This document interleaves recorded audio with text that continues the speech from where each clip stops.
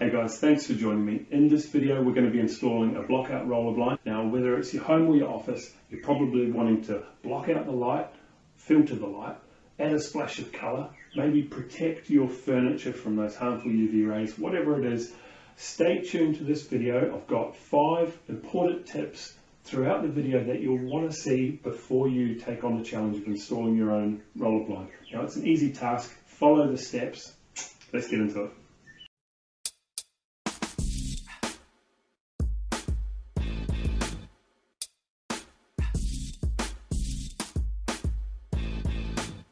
Check measure. So before we rush out and buy the blind that we think we need to determine what kind of blind install we're going to be going with. So there's 2 main ways we can do it. That style is a recessed or a top fix, and it has the blind installed inside this window reveal. The other style is a face fix. Now they each have their benefits, however face fix isn't going to work for us because we want to hang curtains over top of this as well. So we've opted to go for a recessed top fix. What we need to do is measure our window width and drop now. Measure your window from the width 1.8 and the drop 1.2. If you're doing this on your own, sometimes it's hard to get accurate measurements. So if you find some blue tack, shove it up in the corner there, and then tuck your tape measure up and behind it. And then you can get your accurate measurements. We've gone and bought the blind that we need. It's 1.8 meters wide, which is slightly wider than the window we're going to be fitting it to. So we're going to need to trim this blind down to size. What we need to do is unroll the blind so we expose this top roller. Assemble your mechanisms, or your end caps and your brackets. Take our overall measurement.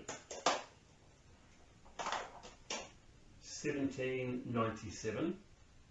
The window that we're putting it in is 1771, which means I'm going to need to trim 26 millimeters off. That 26 millimeters gets trimmed off this top roller. This is aluminium, so I can cut this with a hacksaw. We're also going to need to measure, mark and cut our weight at the bottom and replace the little cap. Now to do the blind, the easy way to get the fabric off the roller is just to slide it out the end. Alright, hopefully you kept up with that. I'm going to dismantle this now and trim it. If this has been helpful so far, give it a thumbs up.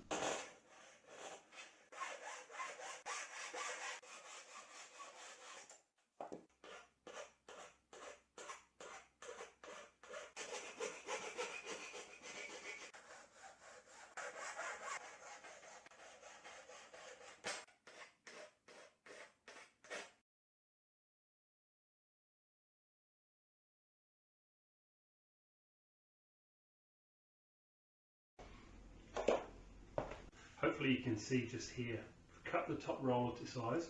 Now we're just going to mark on the blind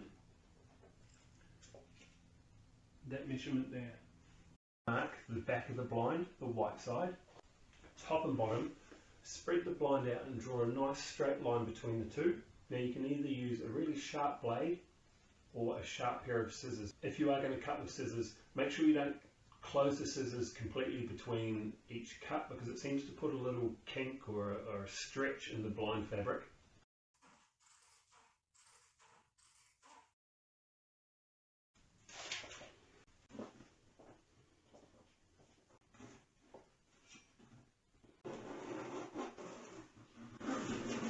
Now if you've filed off those cut ends of your roller, the blind should slide back into that track easily.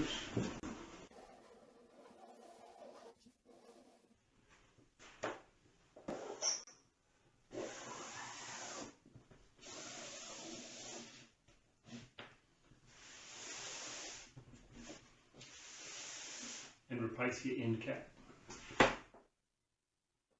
Install your brackets. Before we do, just have a quick look around your window and make sure that there's nothing in the way of the blind being able to travel up and down.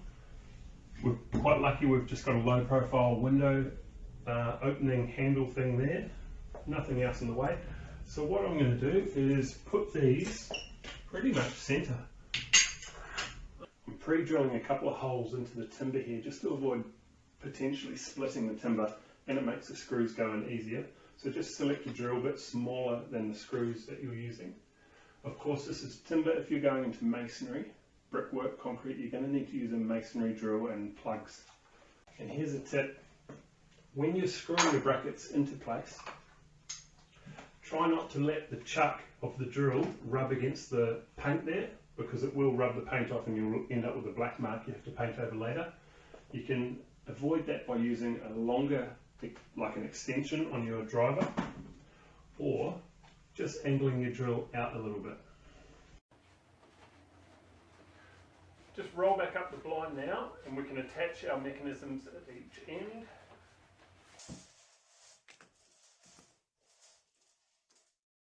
Okay, super important tip. This is the chain driven end of the blind. It's important that when you install it with this little opening where the chain comes out, pointing straight at the ground.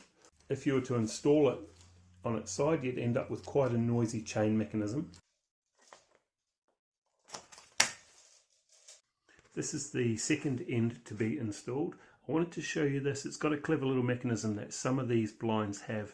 You can actually wind this way. You wind this end in, holding the blind in one hand, turning this dial in the other. It actually draws that pin all the way in. If you keep going, it pops it out again. And this is a good way of helping you to install and also remove the blind later. Install our right hand side, our chain driven end first.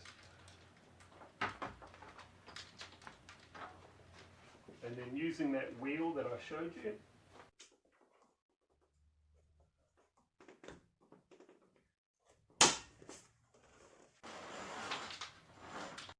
here's a quick tip to keep you out of trouble. If you decide to face fix your blind, rather than attaching your brackets to the architraves, come up above the window and there'll either be a lintel or a stud just to the side of the window, which is a solid fixing for your brackets. Stronger than attaching to an architrave. Final step is to install the safety chain. Now it should come with a clip like this. Just line it up with your cord so you don't have any twists. What we want to do is pull the chain down taut. Then we can relax it about 10 millimeters. Mark where that's going to be drilled.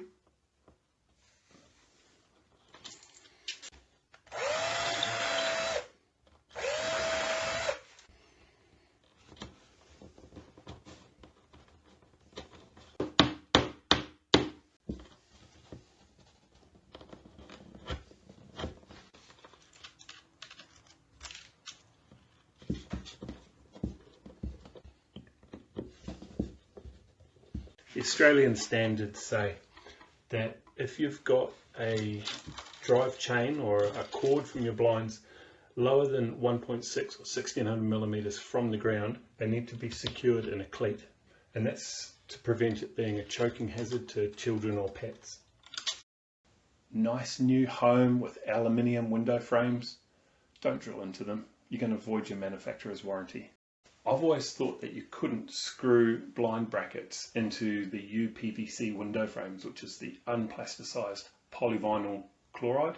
It's a hard plastic window frame, but apparently you can. You pilot the hole with a 3mm drill bit, put in your screws and stop before they get tight. Apparently that works.